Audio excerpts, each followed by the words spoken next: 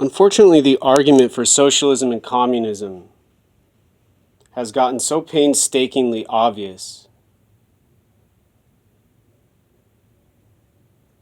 I decided to share these final words, to have freedom to not speak ever again. Ever. Ever again.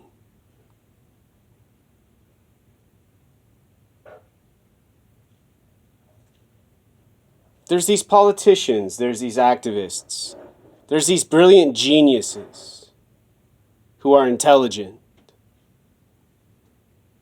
And they argue and they explain all the United States of America had to do was join China when they decided to be communist.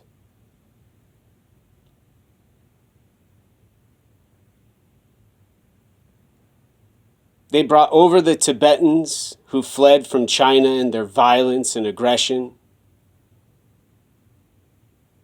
Gosh darn, pretty much, unfortunately and worst of all, just about indoctrinated them as much as Mao did His Holiness the 14th Dalai Lama for 4 months.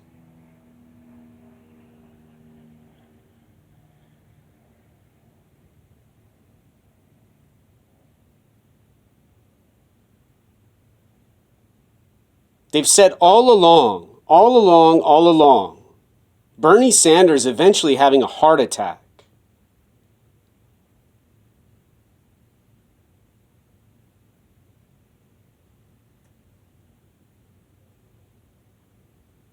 All the United States of America had to do was give up their dominance.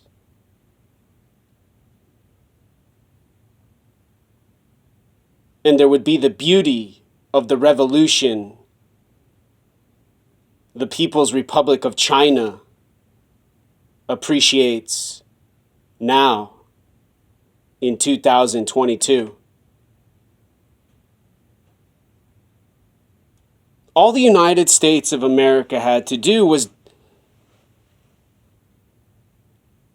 do what the Venezuelans did and the other socialists and the other communists and all those other people from Cuba and all those other places where they had the courage and the tenacity to learn about grit and money.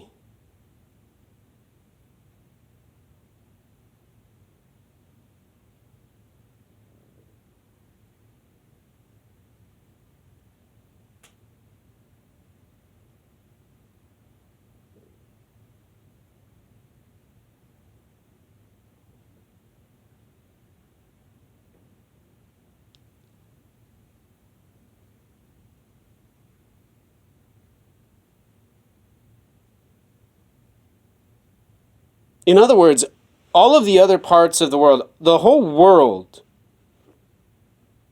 would have peace.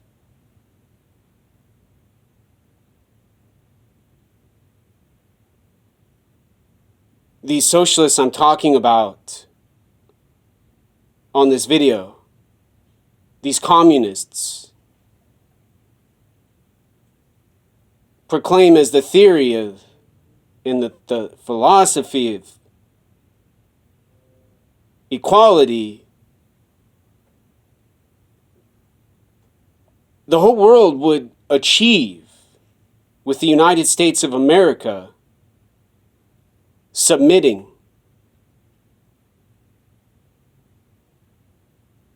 and giving up what they've achieved, to have what they've accomplished.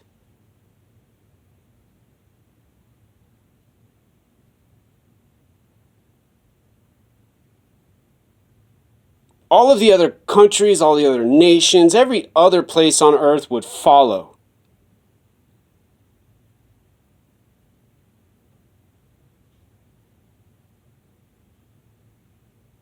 The United States of America. And then there would be no war, there would be no suffering, everyone would work together, everyone would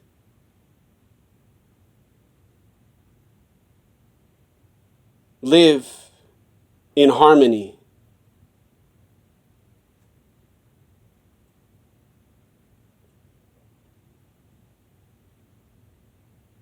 Alexandria Ocasio-Cortez and all of the other women with her and the men who support those women and those gender-neutral humans who protect them and fight for them,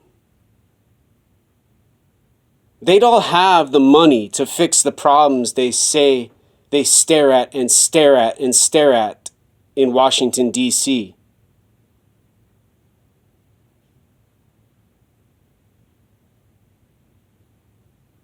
And so casually mention all humans would have to do would be to do what their government and those other humans alongside them require and say they must do.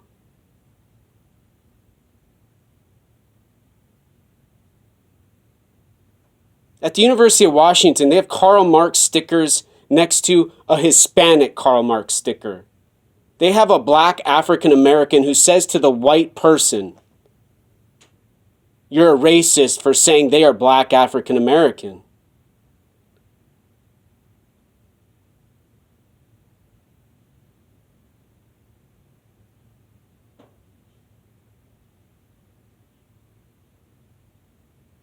And not a single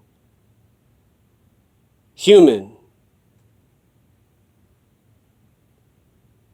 person, anybody who disagrees with their declaration of dominance.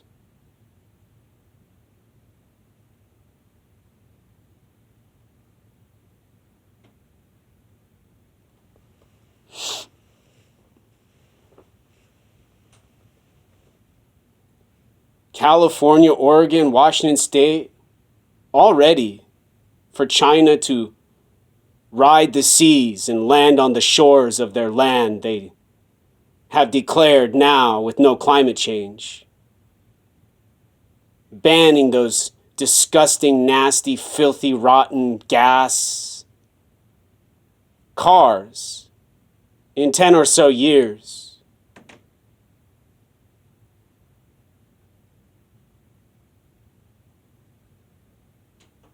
Their law says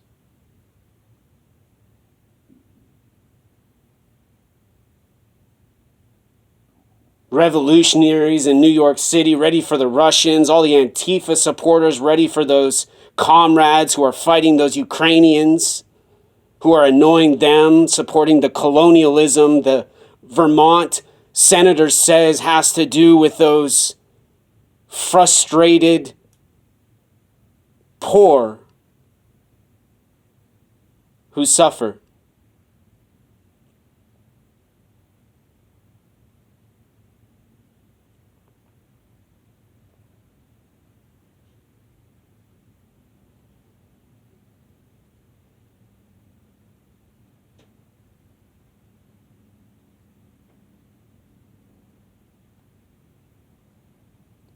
The whole argument of communism and socialism and politics and government has to do with humans working together towards a goal, not involving suffering, but civilization.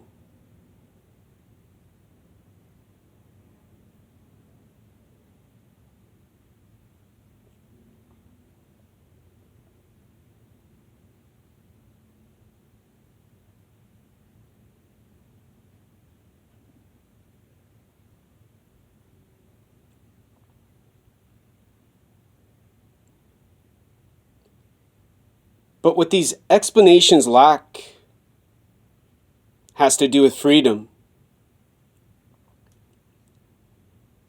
And what the consequences of having no freedom on earth would entail for children and babies growing up today, tomorrow, next year, and later in outer space.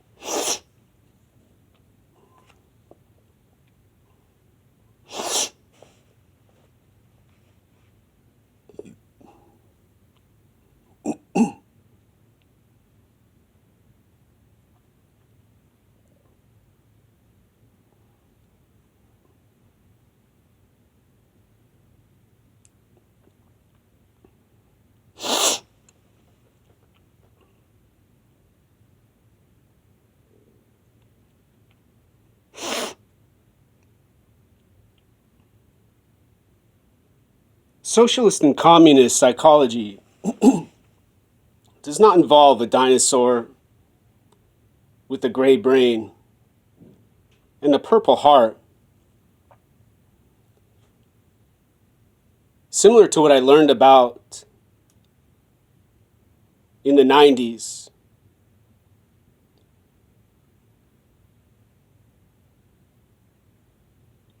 when I sat at a table with a friend whose grandfather, who earned a Purple Heart in World War II, served a microwaved bean burrito so beautiful. I still cry remembering the humbleness.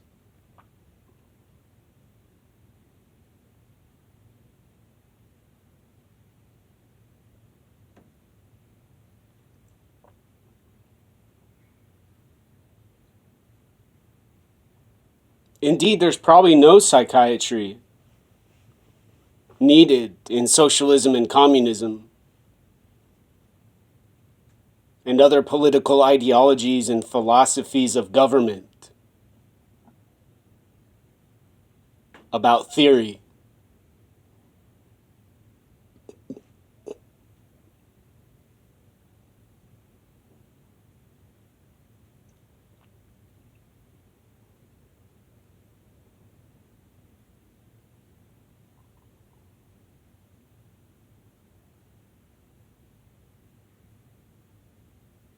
With so many people required to do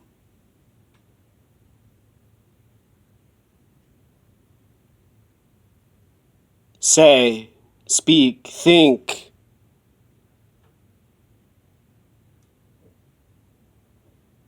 and have a thought.